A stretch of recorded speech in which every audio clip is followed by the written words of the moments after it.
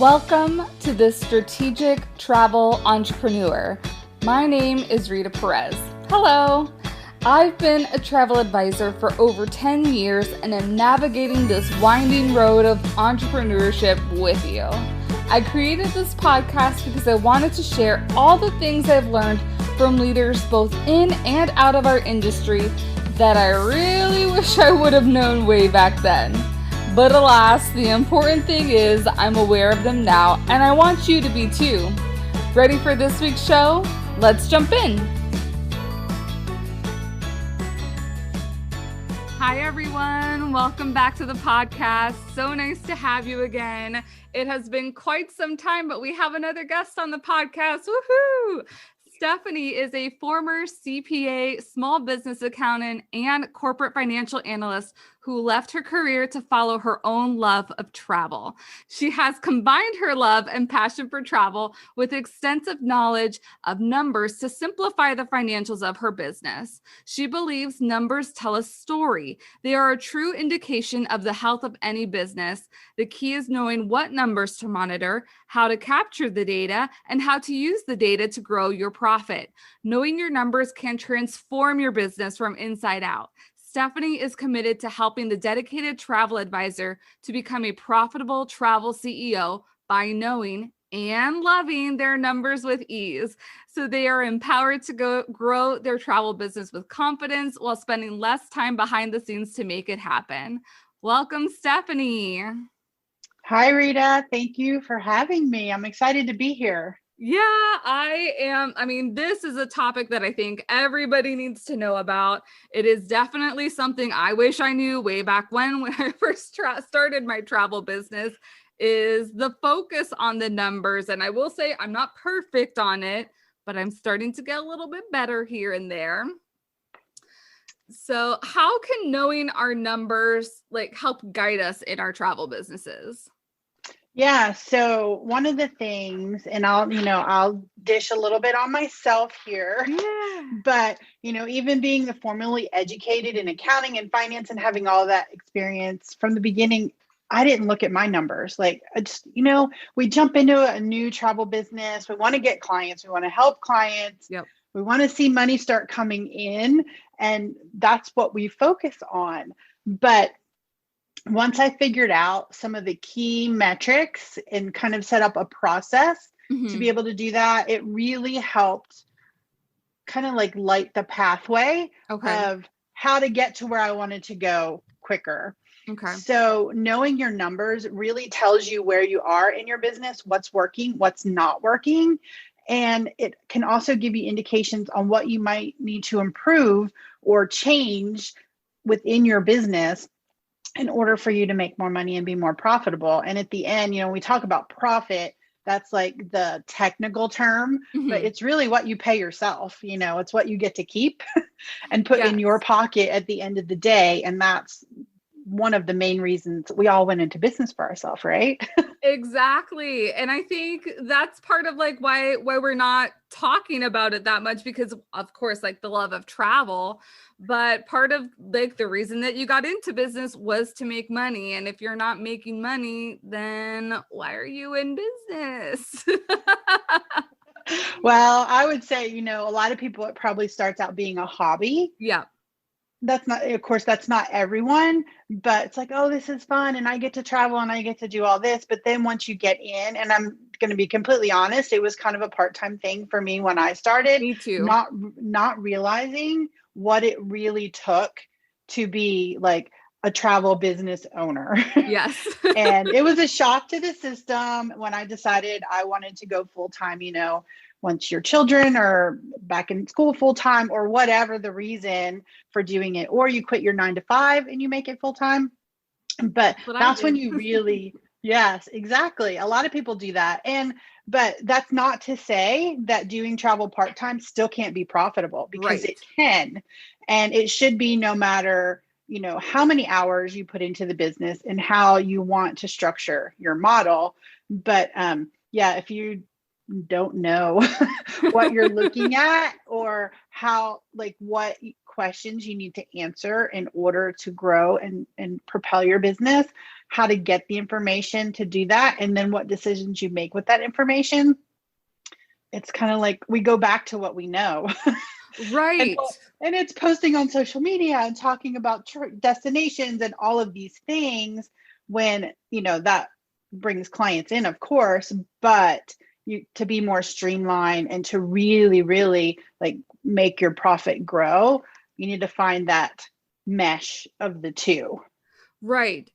And that's, I actually took a little bit of like numbers training at the end of last year, which kind of like opened my eyes. It was so helpful because again, not a lot of people talk about these things. Like how many people should you be talking about? What product do you want to be selling? Well, how much is your average commission from that product?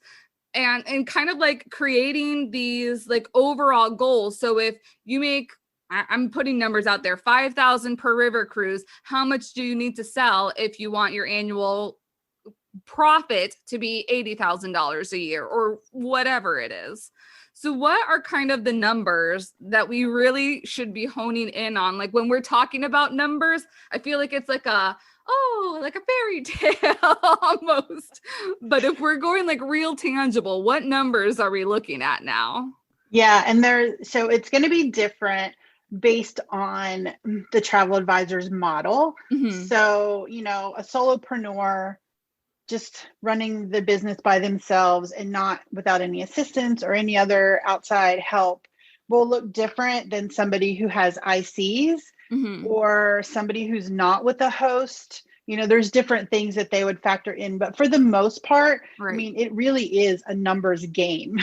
Yeah. Even though we love what we're doing, it's really a numbers game. And when you figure out where you want to be, because you mentioned setting goals, if you don't know what that goal is, then how do you know what you're working towards and that you're on track to get there? Right. So, I mean, one of those numbers is like, what is your financial goal? And whether it's a revenue or a profit or even both.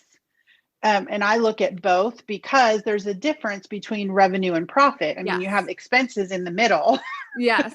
And you can be bringing in all the money in the world and, high commissions and still have a low profit. So those are some main ones, but also your list size, like your list growth rate. And how do you know what that needs to be? And you kind of touched on that a little bit in order for you to make the profit you want to make.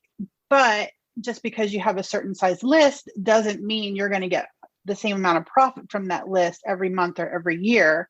It's also your close rate. So how good are you at closing on new requests? And I kind of look at mine between brand new people. So they're not currently clients. So, my prospects and what my close rate is converting them to a lead versus an existing client. Yeah. And usually the existing clients, they already know about you. They're already comfortable with you. So they're pretty sure when they contact you that you're going to be their advisor to work with, but it's the new people. So knowing what your average close rate is, I mean, and really that's just keeping track of new inquiries that come in and how many of them you book and what that percentage is. And then like you mentioned, the average commission rate per booking is huge.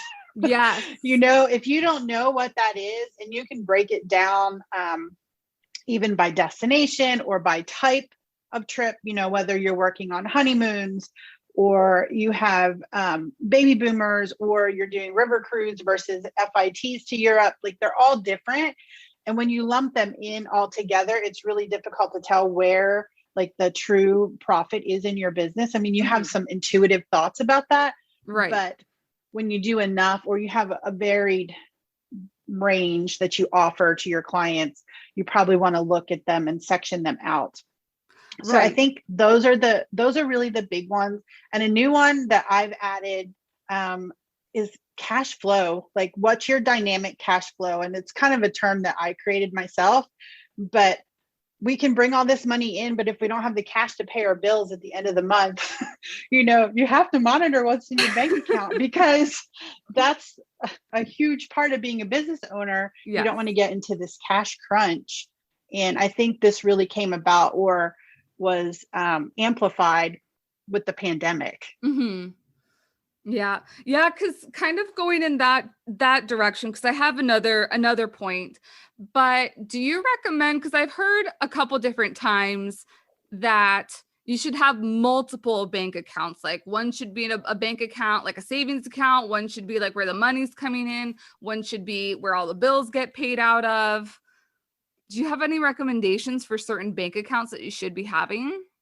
Yes. So definitely an operating account. And that's typically, so basically it's where your day-to-day transactions come in, your commissions would come in, you pay your bills out of that account. But based on what's left at the end of every month or every quarter, whatever the process is that you decide to set it up, I Mhm. move money into a separate account for taxes because you don't want to spend money without having something set aside for your taxes at the end of the year, because now, you could potentially be hit with this huge tax bill and you're like, oh no, where's that cash going to come from? And Mhm. so the things that you kind of earmark for something. And then I also have kind of like what I call a slush account. So I use that if I have any debt or any future things that I want to be able to do and I want to save towards those, I Okay. move that money aside because I'm just going to be like very transparent here. When I see money in the bank account, I'm like, oh, I can go do this and this and Yes. this, and don't remember that I've already said I wanted to do something else. Mhm. So you can overcommit.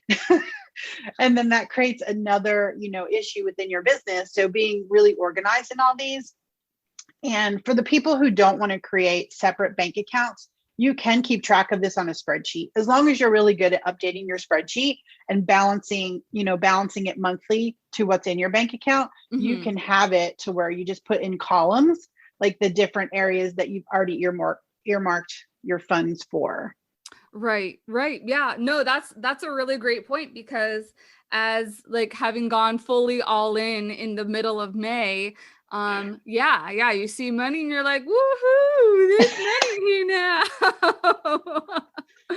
um Exactly. the other thing that I thought about was sales as a number, because our sales tracking is so different than kind of like other entrepreneurs, because just because we have sold, that doesn't mean that's the exact revenue coming about, just because of the commission splits with the suppliers and then if we're hosted as well.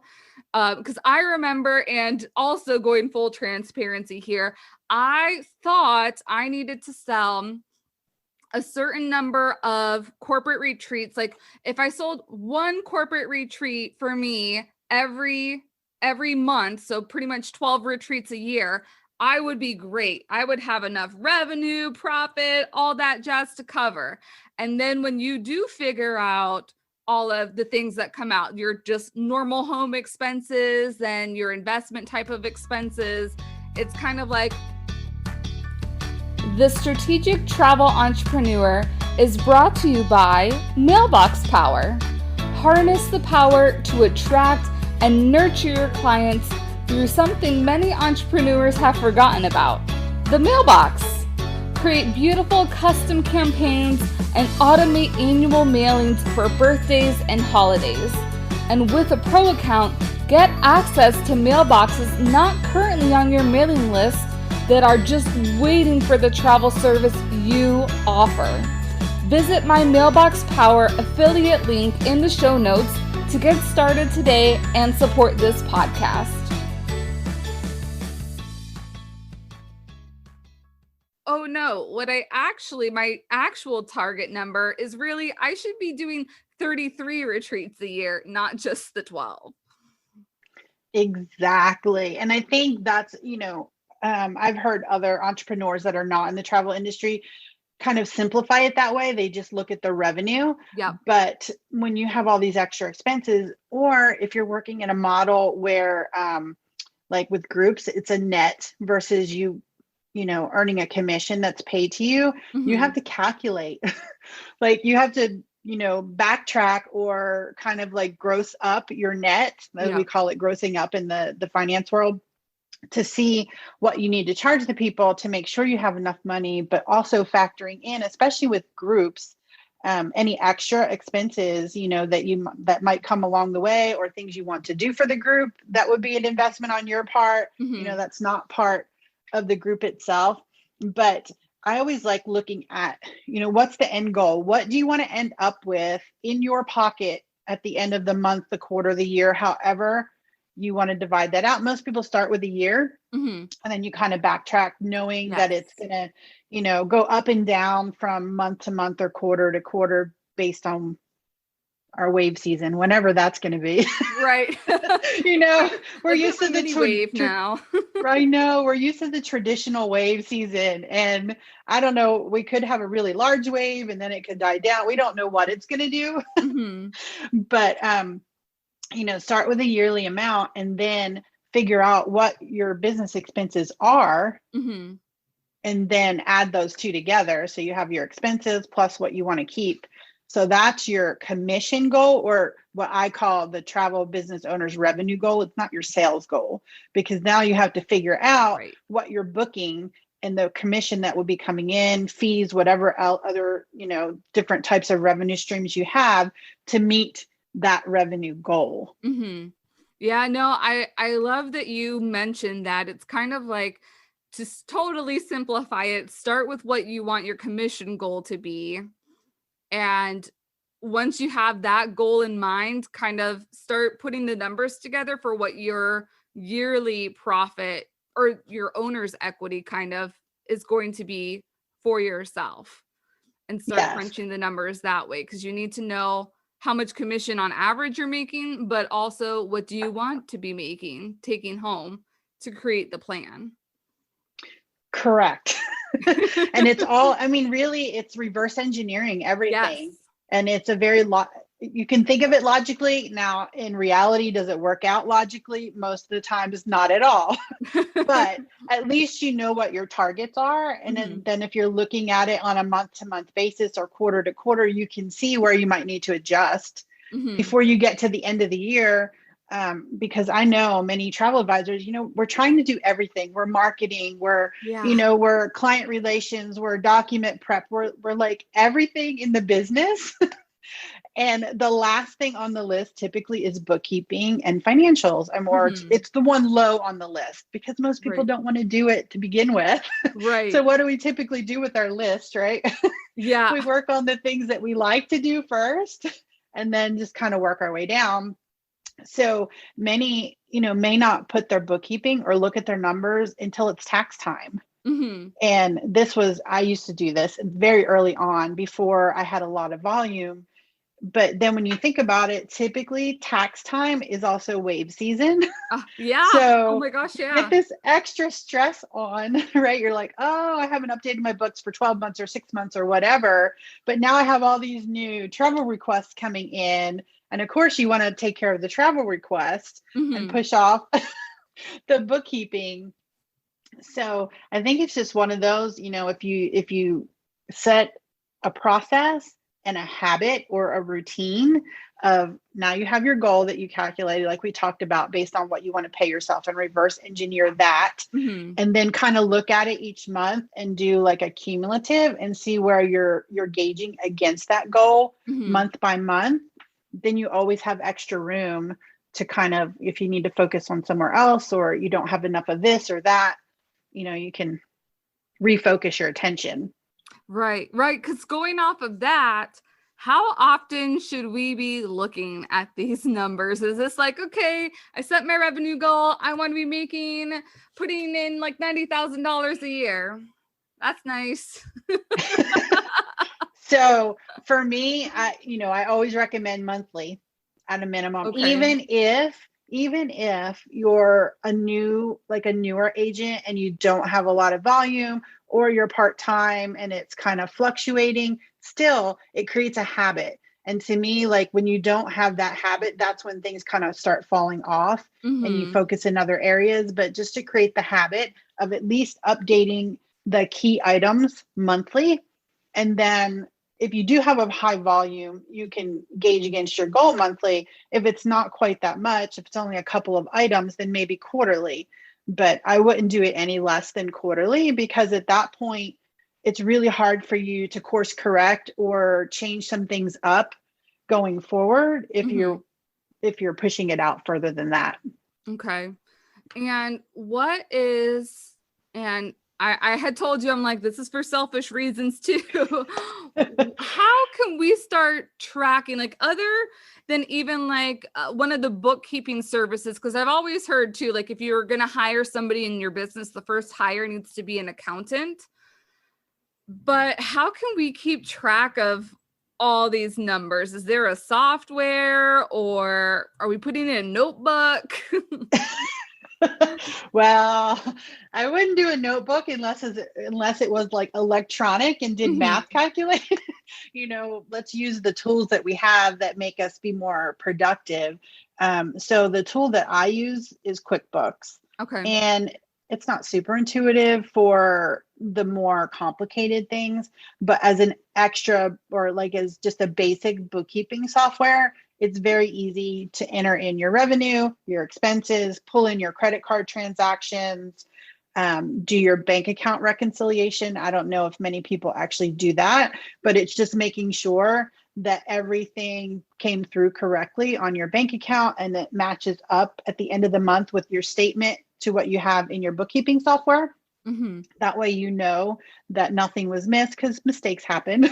Yeah. Things get missed and that kind of thing. So it's just a checks and balances. But there's other software besides QuickBooks. I think Xero is one, and I'm trying to think of another one.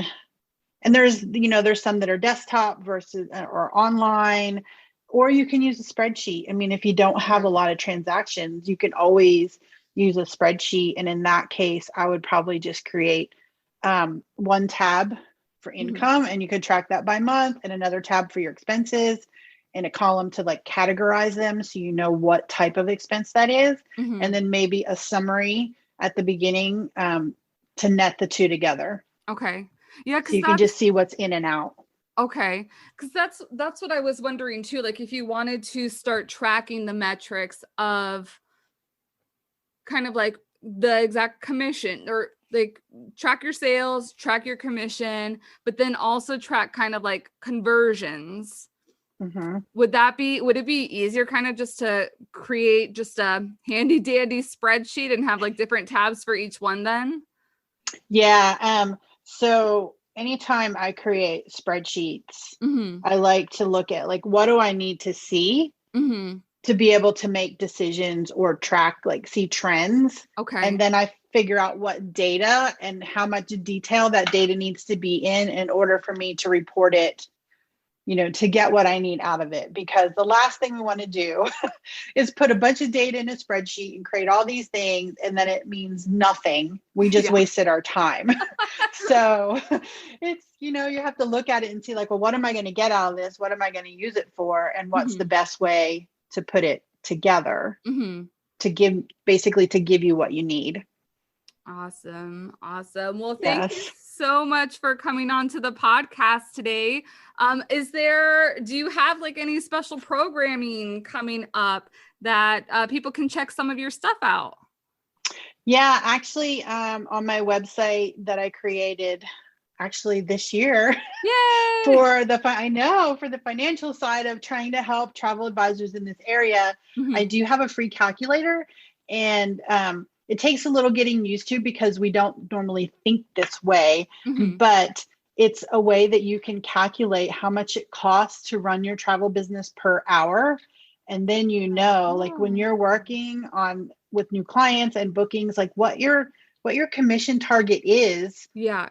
Based on the amount of time you're spending with that client or that type of booking. And it's free. People can opt in for it. So they can go to withstephaniecannon.com and there's a link there. And then coming up in a couple weeks, I actually have a 4-workshop series. It's a paid workshop, but it breaks down a little bit more about what we talked about here. So we're going to break down revenue drivers, like things you can be tracking and how to calculate these.